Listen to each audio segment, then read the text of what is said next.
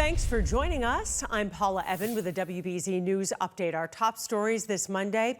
2 men have now been arrested in a deadly shooting in Brockton, but police are still trying to find a third suspect, the victim's brother. The DA's office says Jeremiah Abreu shot and killed his brother Cedric on Easter morning at a home on Hoover Street. A neighbor told WBZ she heard fighting inside the home Saturday night. It was like really loud. People were yelling, cursing. I guess it was that house because they usually yell a lot. The other 2 men who've been arrested are being charged as accessories to murder. A new development today in a story the WBZ I-Team broke. A Cambridge elementary school teacher faces child rape charges in court today.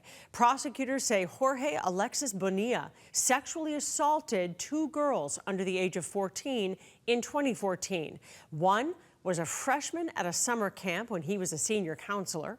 Prosecutors say the other victim was 8 or 9 years old at the time of the assault. We interviewed Bonilla, as you see here, in 2022 for a story about the Amigos school where he was teaching 4th grade. Now, the school district says he was not a teacher there when the alleged assaults occurred. He was placed on administrative leave.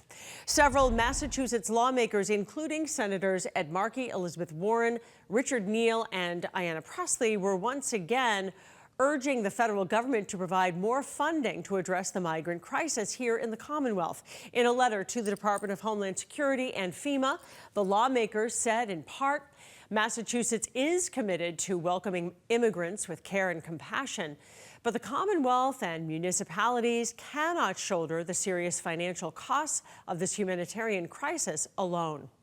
A next weather alert this afternoon. We're tracking rain and in some cases a risk of snow for some areas in New England. Let's get right to meteorologist Jacob Wyckoff, who has the latest next weather forecast.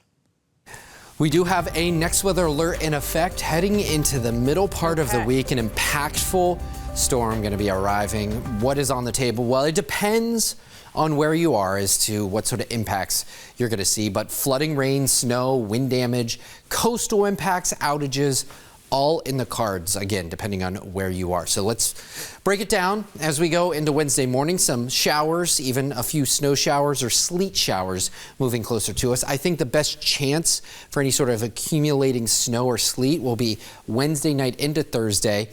Keep in mind that any sort of frozen precipitation is going to be battling 2 things. We're coming off of a pretty warm stretch today, tomorrow, even over the weekend, this past weekend, but also the sun angle is getting higher and higher in the sky. So even though it may be cloudy, it's still some of those sun's rays, what we call incoming solar radiation, is actually reaching the ground. So it's trying to overcome those things. And we do think our snow totals will be held in check because of that incoming solar radiation and mild ground.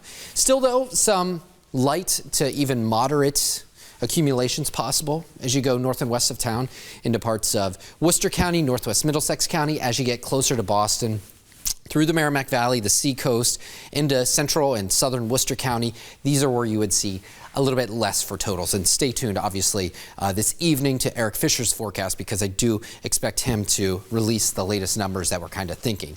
It has been over 2 years since we've picked up a snowfall over 4 inches in Boston, 766 straight days. I do expect that to continue heading into the next few. But one thing that also will continue is our streak of just getting soaked. And it has been a soaking winter, a soaking March. Even though we're April, we're continuing that trend.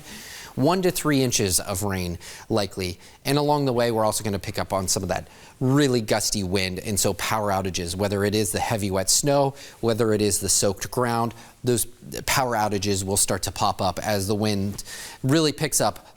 Wednesday night and into Thursday, we could see 40 to 50 plus mile per hour wind gusts. So we have a lot going on as far as our impacts go.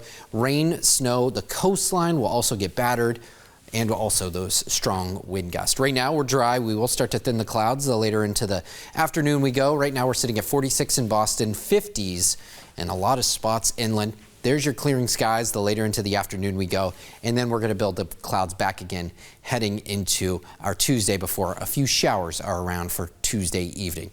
Here's your full 7-day forecast. Wednesday and Thursday we have the chance for some of those snow showers, rain showers, gusty winds. By Friday, we're going to start to wrap those up, and if the atmospheric logjam can kind of unclog, we'll start to get some clearing skies late Saturday and certainly into the day on Sunday. So there's a check of your forecast. Back to you. All right, Jacob, thanks. I'm Paula Ebben. This has been a WBZ News Update.